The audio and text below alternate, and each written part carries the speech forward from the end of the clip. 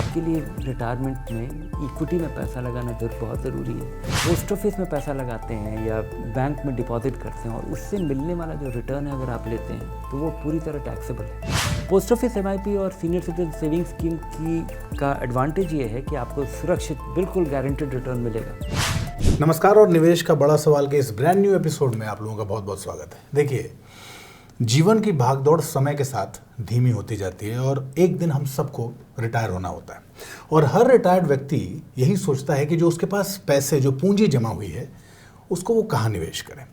अब मान लीजिए किसी के पास तकरीबन 1 करोड़ रुपए का पूरा पैसा जमा है उसके पास और वो पैसा अब वो सोचता है कि इस पैसे से मुझे नियमित आय भी आती रहे और इसका मूलधन भी बढ़ता रहे। इसके लिए उसे क्या करना चाहिए? तो ऐसे तमाम सवालों के जवाब के लिए हमारे साथ हमारे in house expert Dhirendra Kumar हैं।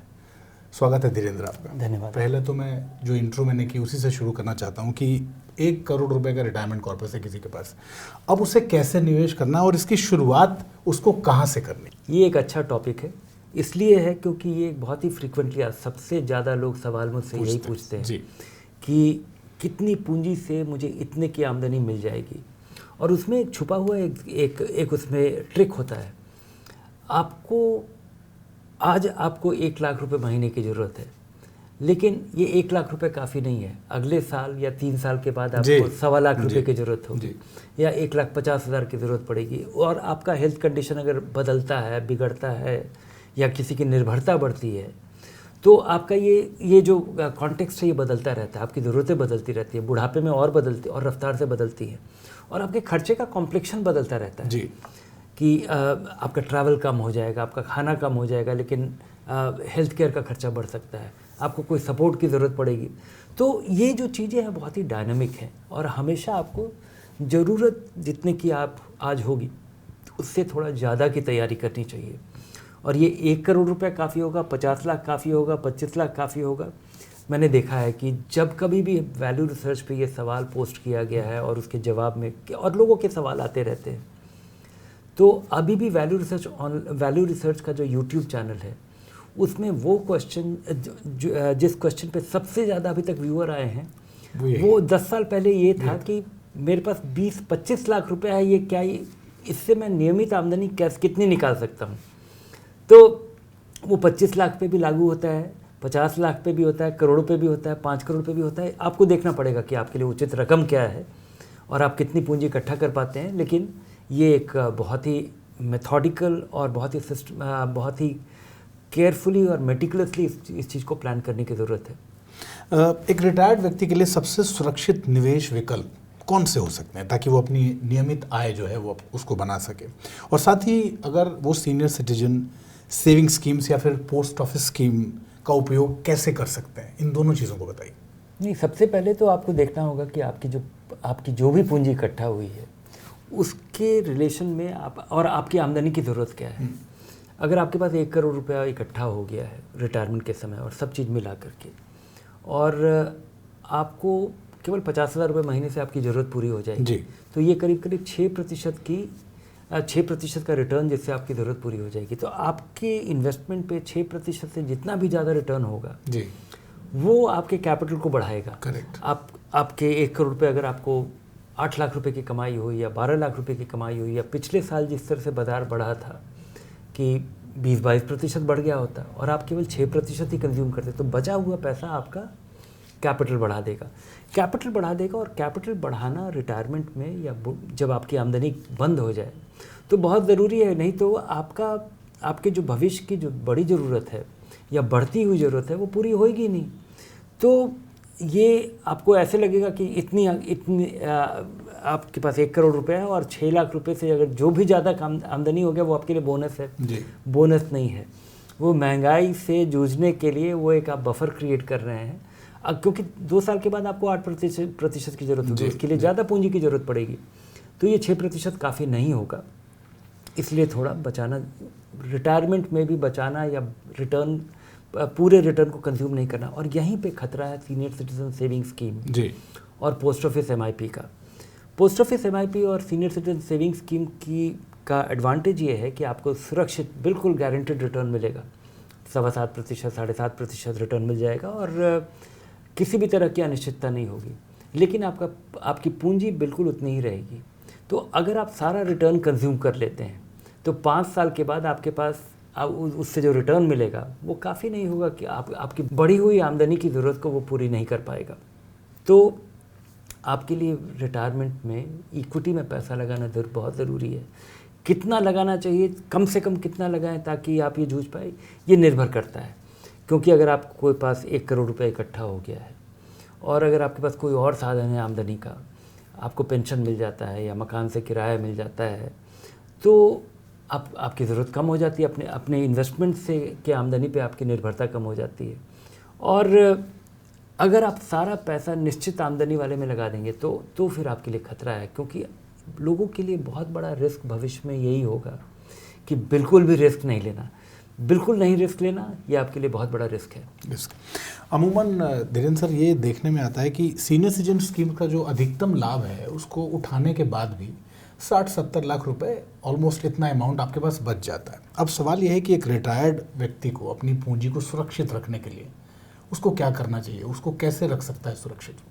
सीनियर सिटीजन में सेविंग स्कीम में लगाया हुआ पैसा आपका सुरक्षित है, लेकिन महंगाई से नहीं जूझ पा रहा है आपका बचा हुआ पूंजी, तो वो एक तरह से असुरक्षा है जी।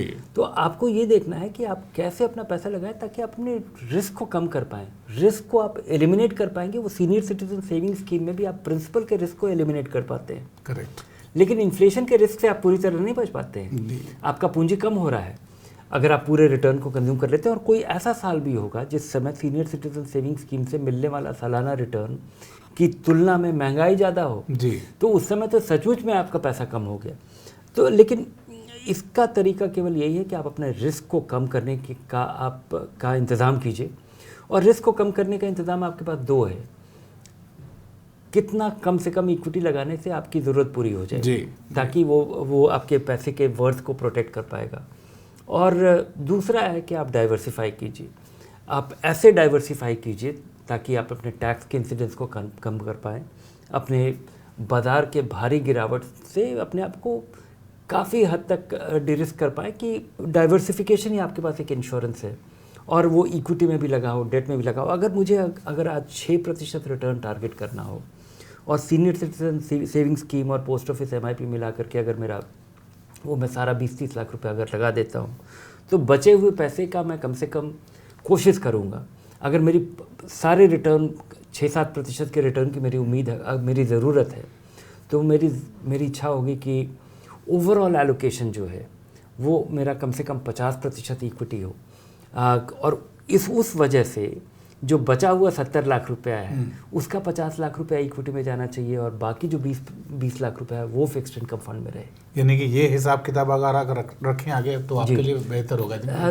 तभी आप बच पाइएगा, तभी आपके पास, क्योंकि आपके पास बफर होना चाहिए कि सीनियर सिटीजन सेविंग स्कीम से भविष्य में आपको रिटर्न इतना ही मिलेगा या कम मिलेगा। वैसी स्थिति होती है तो आपकी पूंजी का बढ़ना जरूरी है। डेट फंड में लगाया हुआ पैसा भी आपको कोई खास रिटर्न ज़्यादा नहीं देगा, तो आपके इक्विटी का बढ़ना बहुत ज़रूरी है, और वहीं पे आपके पास उम्मीद है 2-3 साल में आपको उम्मीद करनी चाहिए कि आपके कैपिटल के वर्थ को प्रोटेक्ट कर पाएगा। Sir, SWP systematic withdrawal plan ये वास्तव में है क्या, और एक रिटायर्ड व्यक्ति अपने नियमित आय के लिए इसका इस्तेमाल कैसे कर सकता है?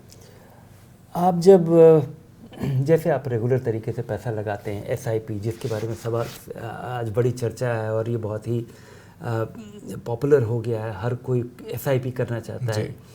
जिसको ये समझ में नहीं आता है वो भी SIP करना चाहता है। मेरे पास एक बड़ा अजीब सा सवाल आया था हाल में कि किसी व्यक्ति ने मुझसे पूछा कि उसको SIP करना है, उसके लिए मुझे उसको फ़ंड चाहिए। तो मैंने बताया, तो बोला कि नहीं मेरे पास म्यूचुअल फ़ंड तो है, मुझे SIP फ़ंड के लिए बताइए। तो लोगों को लगता है कि SIP इतना ज़्यादा पॉपुलर हो गया कि लोगों को लगता है ये कुछ अलग चीज़ है, म्यूचुअल फंड से कुछ लेना देना होगा, लेकिन ये कुछ अलग ही कैटेगरी है या कोई तरीके का व्हीकल है। ये तरीका है, ये व्हीकल नहीं है। आप म्यूचुअल फंड में पैसा लगाते हैं, और अगर आप नियमित रूप से लगाते हैं तो वो है सिस्टमैटिक इन्वेस्टमेंट प्लान। आप नियमित रूप से पैसा निकालते हैं तो वो है सिस्टमैटिक विड्रॉल प्लान। और इसके 2-3 बड़े फ़ायदे हैं। एक तो कि आपकी ज़रूरत, अगर आप डिविडेंड पे निर्भर करें या रिटर्न पे निर्भर करें, तो आपकी अगर नियमित निश्चित आमदनी की ज़रूरत है जी, तो वो तो आपको हर महीने 1 तारीख को आपको 35,000 रुपये चाहिए या 50,000 रुपये चाहिए। ये ज़रूरत अगर आप डिविडेंड पे होगा या रिटर्न पे निर्भर करेगा तो ये बड़ा इनकन्सिस्टेंट होगा, इरेगुलर होगा। दूसरा, इसका एक बड़ा फ़ायदा ये है, ये एक बहुत अच्छा टैक्स डेफरल व्हीकल है जी। जब आप पोस्ट ऑफिस में पैसा लगाते हैं या बैंक में डिपॉजिट करते हैं और उससे मिलने वाला जो रिटर्न है अगर आप लेते हैं तो वो पूरी तरह टैक्सेबल है। जब आप किसी फंड में पैसा लगाते हैं और वहाँ से मान लीजिए आपने 1 करोड़ रुपया लगाया और अगले महीने से आप 50,000 रुपये महीना निकालने लग गए और 50,000 रुपये महीना जो निकाल रहे हैं तो पहले महीने में आपके मुनाफे में से एक बहुत छोटा सा भाग आपके पास आ रहा है। अब एक तरह से आपका पैसा उतना बढ़ रहा है हर महीना पूरा पैसा, लेकिन टैक्स वाइज ये दिख रहा है, अकाउंटिंग में ये दिख रहा है कि आप अपनी पूंजी ही वापस ले रहे हैं 50,000 रुपये का जी। तो इस वजह से ये आपका ना तो मुनाफा है और बाकी पैसा जो आपका बढ़ रहा है वो आपका मुनाफा है और वो फंड में जमा हो रहा है। तो ये टैक्स वाइज ये बहुत ही कारगर साबित होता है। इस पर टैक्स नहीं देना, शुरू के सालों में आपको टैक्स देना ही नहीं होता है या बहुत ही कम आपका टैक्सेबल इनकम होता है। और अगर ले दे के अगर आपकी यही आमदनी है तो आपको टैक्स देना ही नहीं पड़ेगा, क्योंकि कुल मिला के एक बहुत मामूली सा रकम होगा जिस पे आपको टैक्स जो कि आपका फ़ायदा होगा, कैपिटल गेन्स होगा। सर, सबसे आखिर में अब एक बात जो अमूमन मुझसे भी बहुत सारे लोग पूछते हैं कि जीवन भर के लिए गारंटेड इनकम अगर आपको चाहिए तो 1 करोड़ रुपए की जो राशि है क्या उसका कुछ हिस्सा एन्युटी में भी डालना चाहिए? एन्युटी में नहीं डालना चाहिए। एन्युटी में नहीं डालने का 2-3 बड़ा कारण है। एक तो कि भारत में जिस तरह से एन्युटी का प्राइसिंग है वो बहुत ही अनफेवरेबल है। आपको 5 से 7% के बीच में आपको रिटर्न मिलता है। उसके अलावा एन्युटी 3 फॉर्मेट में आता है। एक तो कि आप एन्युटी लेते हैं और जब तक आप जीवित हैं तब तक पैसा मिलेगा और बाकी समय तो वहाँ पे सबसे ज़्यादा रिटर्न मिलता है। लेकिन भारत में एक बहुत बड़ा डिज़ायर होता है कि आपके नहीं होने के बाद आपकी जो पूंजी है वो आपके सक्सेसर्स को मिल पाए, आप अपना कोई स्टेट छोड़ पाएँ। तो ये जो लेगेसी पास ऑन करने का जो ये फाइनेंशियल एक्युमुलेशन है ये पास ऑन करने का, तो वो वहाँ पे उपलब्ध नहीं है।